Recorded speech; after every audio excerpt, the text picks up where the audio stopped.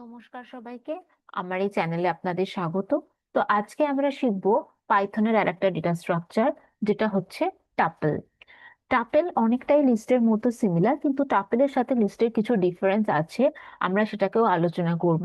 তো আগে আমরা আলোচনা করে নিই টাপেলের কিছু বৈশিষ্ট্য। প্রথমে হচ্ছে টাপেল হচ্ছে লিস্টের মধ্যেই ক্রমবর্ধমান। ঠিক আছে। আর একটা হচ্ছে কি যে টাপেল হচ্ছে ইমিউটেবল।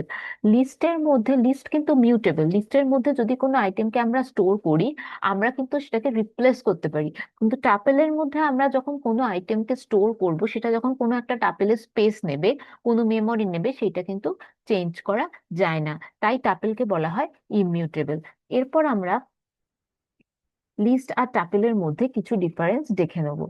প্রথমে হচ্ছে, যদি আমরা কোনো লিস্টকে ডিক্লেয়ার করতে চাই, তাহলে আমাদেরকে সেটা থার্ড ব্র্যাকেটের মধ্যে, স্কোয়ার ব্র্যাকেটের মধ্যে লিখতে হয়। কিন্তু যখন আমরা কোনো টাপেলকে ডিক্লেয়ার করব, তখন আমাদের এই রকম সিনট্যাক্স, এই ব্র্যাকেটটা ইউজ করতে হবে, এই রকম সিনট্যাক্স ইউজ করতে হবে। আচ্ছা, এবার হচ্ছে কি যে টাপেল হচ্ছে আহ টাপেল হচ্ছে ইমিউটেবল, লিস্ট হচ্ছে মিউটেবল। এটা একটা খুব বড় ডিফারেন্স লিস্ট আর টাপেলের মধ্যে। আর একটা হচ্ছে কি যে, আর সিমিলারিটি হিসেবে টাপেল আর লিস্ট দুটোই হচ্ছে অর্ডার। আর পারফরমেন্সের দিক থেকে দেখলে লিস্ট হচ্ছে একটু স্লোয়ার, আর টাপেল হচ্ছে ফাস্টার। তো এই যে ডিফারেন্স গুলো আমরা লিস্ট আর টাপেলের এখানে ডিসকাস করলাম, আমরা যখন এগুলোকে কিছু এক্সাম্পলের মাধ্যমে দেখব, তখন আমাদের আইডিয়াটা আরো বেশি ক্লিয়ার হবে। তাহলে প্রথমে আমি একটা টাপেল তৈরি করছি, যার নাম হচ্ছে ফ্রুটস। এবার আমরা ফ্রুটস এর মধ্যে আমাদের যে যে আইটেমগুলোকে স্টোর করতে চাইছি সেটা লিখব।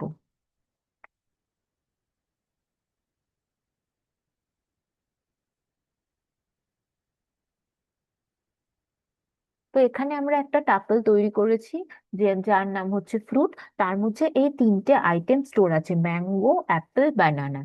তো এবার এটা যদি একটা লিস্ট হতো, তাহলে আমরা এই আইটেমগুলোর মধ্যে যে কোনো এক আমরা এই আইটেমগুলোকে চেঞ্জ করতে পারতাম। মানে ধরো এইখানে যে আছে, এইটা যে একটা টাপল, এটা যে ম্যাঙ্গো, এখানে আমরা ম্যাঙ্গো, অ্যাপেল, অ্যানানা, ব্যানানা, এইটা যে আছে।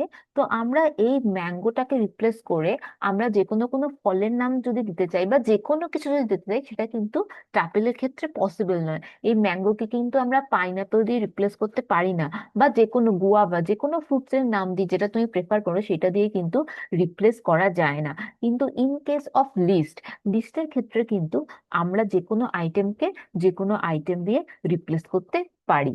আচ্ছা, এছাড়া টাপেলের আর যে জিনিসগুলো, ধরো তোমরা টাপেলের কোনো ভ্যালুকে অ্যাক্সেস করতে চাইছো, বা টাপেল স্লাইস করতে চাইছো, সেইগুলো কিন্তু লিস্টের মতো একইভাবে টাপেলেও হয়ে থাকে।